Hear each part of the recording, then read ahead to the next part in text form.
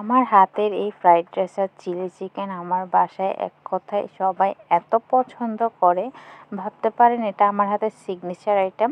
তো সহজে আমি তৈরি করে ফেলতে পারি। এখানে নিয়ে নেব চিলি চিকেনের জন্য চিকেন আর ফ্রাইড রাইসের জন্য চিকেন একসাথে ম্যারিনেট করে নিচ্ছি। আদা রসুন বাটা দিয়ে দিব 1 চামচ, সয়া সস 1 চামচ, টমেটো সস দিয়ে দেব পরিমাণ মতো, হলুদ গুঁড়ো অল্প পরিমাণে দিবেন, লবণ একটু সামান্য দিবেন কারণ সয়া সসে লবণ অ্যাড করা থাকে।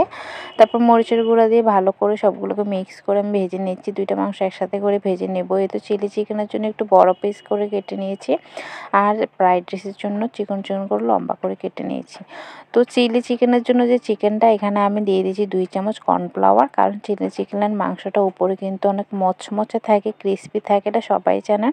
তো ভেজে নিচ্ছি আমি 2টা মাংস একসাথে। আপনাদের বাসায় যদি কর্নফ্লাওয়ার না থাকে আপনারা দিতে পারেন, আটা বা ময়দাও দিতে পারেন, কোনো সমস্যা নাই। তো চিলি চিকেনের মাংসটা আমি ভেজে নিচ্ছি। তারপর ফ্রাইড রাইসের জন্য কিভাবে পারফেক্টলি চাল সিদ্ধ করতে হয় সেটাও দেখিয়ে দিব। আমি এখানে 2 কাপের জন্য 6 কাপ পানি নিয়েছি, আর দিয়ে দেবো সয়াবিন তেল, সামান্য লবণ।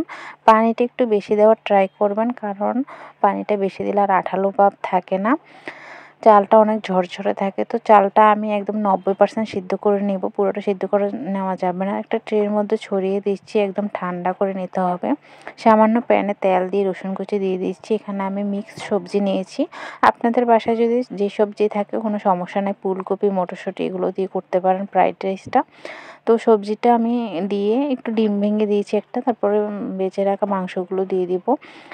একটা জিনিস অবশ্যই মনে রাখবেন, হাই হিটে কিন্তু চাইনিজ খাবার রান্না করতে হয়, তাহলে কিন্তু সবজির কালারটা নষ্ট হয়ে যায়। তো আমি একদম ফুল হাই হিটে রান্না করতেছি, অনেক তাড়াতাড়ি করে সব কিছু জোগাই তারপরে রান্নাটা করতে হবে। দিয়ে দিচ্ছি 1 চামচ সয়া সস, 1 চামচ ফিশ সস, এগুলো দিয়ে ভালো করে নেড়ে চেড়ে এই তো আমার ফ্রাইড রাইসটা রেডি। কতটা ঝরঝর হয়েছে দেখতে পারতেছেন, একদম পারফেক্টলি হয়েছে।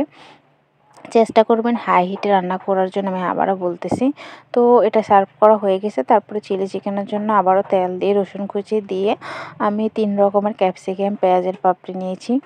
এই রান্নাটা আপনারা অবশ্যই হাই হিটে করবেন, তাহলে সবজির কালারটা নষ্ট হবে না। সামান্য লবণ দিয়ে মুরগির মাংসগুলো দিয়ে দিচ্ছি।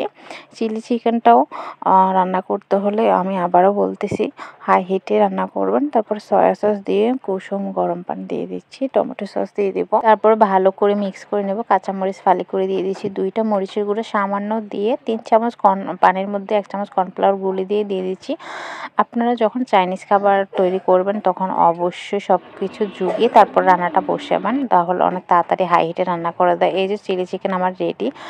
সবজির কালারগুলো দেখুন একবার, জাস্ট মানে যেরকম দিয়েছিলাম সেরকমই আছে, এটা জাস্ট একমাত্র হয়েছে হাইটে রান্না করার জন্য। তো আমি সার্ভ করে নিয়েছি। এই প্লেটারটা আমার কাছে ভিন্ন রকমের টেস্ট লাগে, অনেক মজার হয়ে থাকে। বাসায় একবার হলে এভাবে ট্রাই করে দেখবেন। সিম্পল কিছু সবজি আর বাসায় 2-1টা উপকরণ থাকলে হয়ে যাবে এই প্লেটারটি।